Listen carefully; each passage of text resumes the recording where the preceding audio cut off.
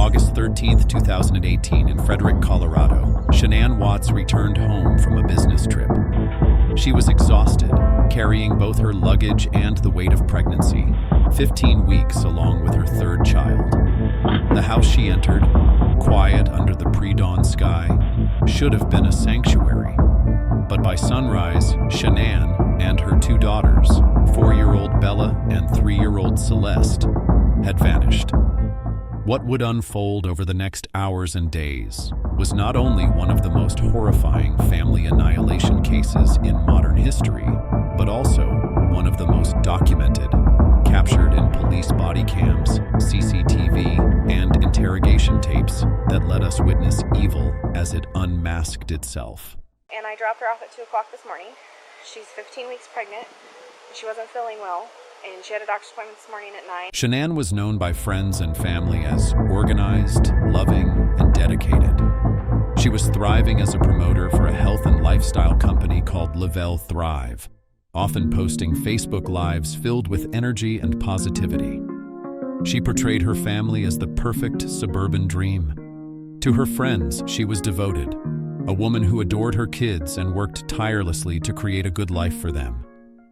Shanann confided in friends just days before her death that Chris wasn't himself anymore. She worried that the man she married, the man who once wrote her love letters and doted on the girls, was now a stranger sleeping beside her in silence. That's why when Shanann missed a doctor's appointment the next morning, her best friend Nicole Atkinson's alarm bells went off instantly. Shanann never missed appointments, especially while pregnant. Nicole tried calling, no answer. She texted, no reply. The minutes ticked by, and with each one, Nicole's gut twisted tighter. She drove over to Shanann's home. She rang the doorbell. She knocked. Silence. Her instincts screamed that something was terribly wrong. Shanann wasn't the type to just vanish. Finally, Nicole called the police for a welfare check. When police entered the home, nothing looked out of place, yet everything felt wrong. A few minutes later, Chris Watts arrived. His face was calm, his tone soft. He smiled faintly.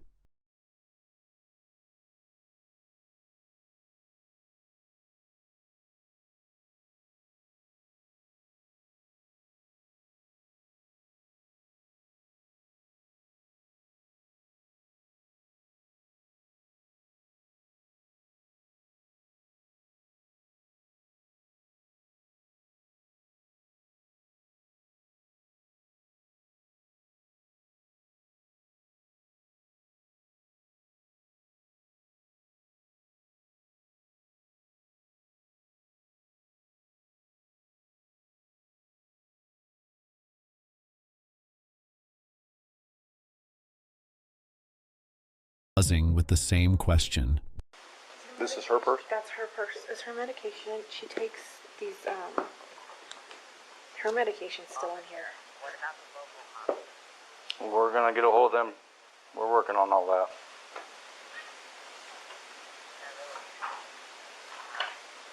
There was no forced entry, no overturned furniture, no sign of a struggle.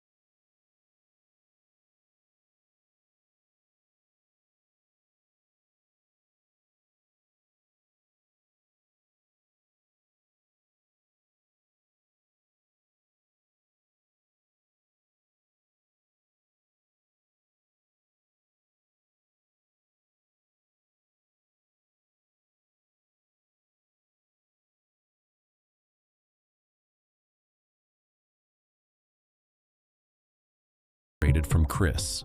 Were there last night? Yes. Or you had the kids? Oh, I had the kids like all weekend. Okay. Yeah. They went to a birthday party yesterday over at the friend's house down the street.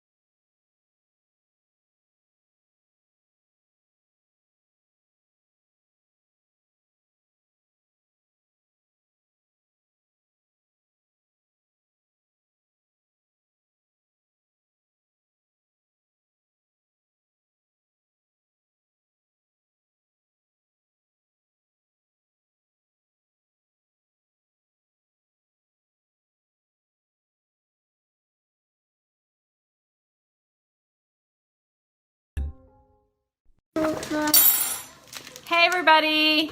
So I'm home with the family and they're excited to try the new Pro Bars and they came in I think yesterday. So we have cookies and cream and we have lemon meringue. Who wants Pro Bars? Me. I do. Alright. Tanta seguridad como somos nosotros. Y se puede separar, si todo el mundo está pagando, se puede pagar. Sí, sí. Chris's first time out of the country. Excelente. Good job, Christina. Let's go. 30% off. Bella, guess what? Guess what? Guess what? Guess what? The Giants won last night. Oh no. I know. Hi guys, so we're doing the $600 drawing tonight for the 4K by the 25th. Everyone who reached 4K is getting their name into the drawing. So the first one is Chris Watts. Chris Watts. And then we have Christina Meacham. But behind the scenes, things were falling apart. Financial records showed the Watts family was drowning in debt, with maxed out credit cards and a looming bankruptcy. Shanann confided in friends that Chris had grown distant. Their once affectionate relationship had become cold. Chris's story gradually started coming to the surface. His phone records revealed late-night conversations with a coworker, Nicole Kessinger, his mistress. He had been living a secret life, one fueled by passion and the fantasy of freedom. She later admitted she believed Chris was already separating from Shanann. Lies stacked higher and higher by the hour. Do you think this was the reason? Did Chris destroy his family for a secret affair? 2 days later, Chris was brought in for questioning. For hours, he insisted he knew nothing and he's completely innocent. He also claimed ignorance, but investigators had other plans. His phone data, GPS, the gruesome and eerie footage of him loading the bodies of his wife and kids one by one inside his truck were all pointing against him. These evidences shut off any door for an excuse. Detectives asked Chris to take a polygraph test. He agreed, being all confident to prove his honesty. But the results? He failed, miserably. In the cold room of the interrogation chamber, the truth was closing in. He had no chance to escape anymore. Chris thought he had one last card to play. When the walls were closing in, when every lie had been picked apart, he reached for the unthinkable. With his voice steady, almost rehearsed, he shifted the blame. He told investigators that it wasn't him, that Shanann, his pregnant wife, the woman who loved him, trusted him, carried his unborn son, had somehow killed their daughters. And he claimed that in a sudden fit of rage, he only killed Shanann in response. It was one of the coldest, most callous twists imaginable. To paint the mother, already silenced, as the villain. To rewrite her memory in front of the people who loved her most. I freaked out.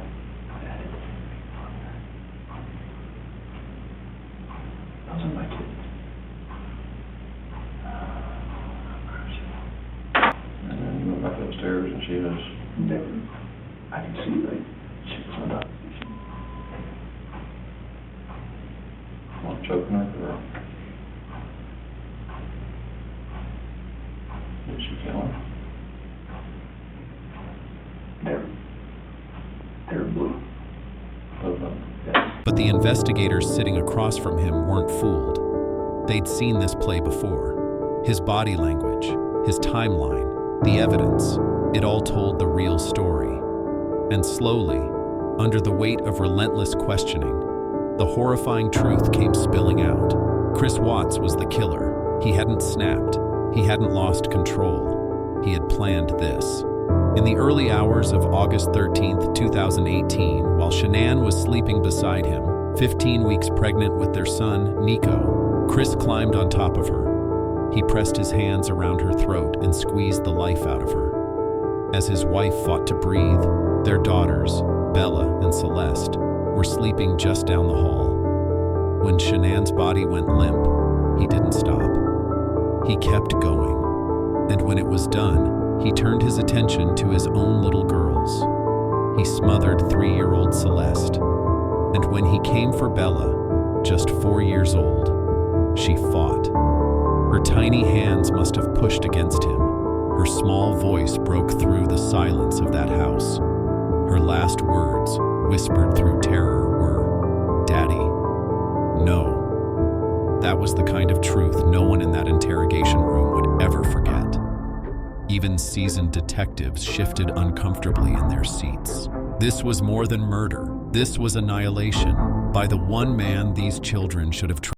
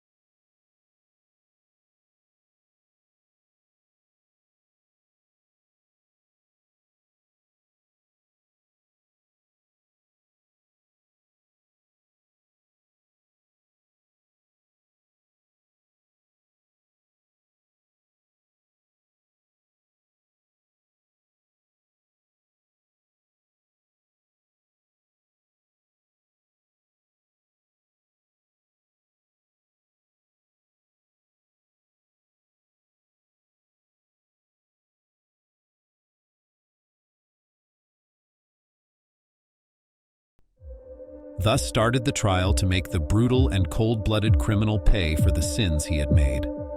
By November 2018, the trial had ended. In court, Shanann's family called him what he truly was. "You're an evil monster," one statement read. "You deserve nothing but the worst." Chris Watts was sentenced to 5 life sentences without the possibility of parole. He will die behind bars. But long after the verdict, the horror of the case continues to haunt. How could a man erase his entire family? How could love, fatherhood, and partnership transform into such merciless destruction? And yet, the horror of this case didn't end there. Because what makes the Watts murders so disturbing isn't just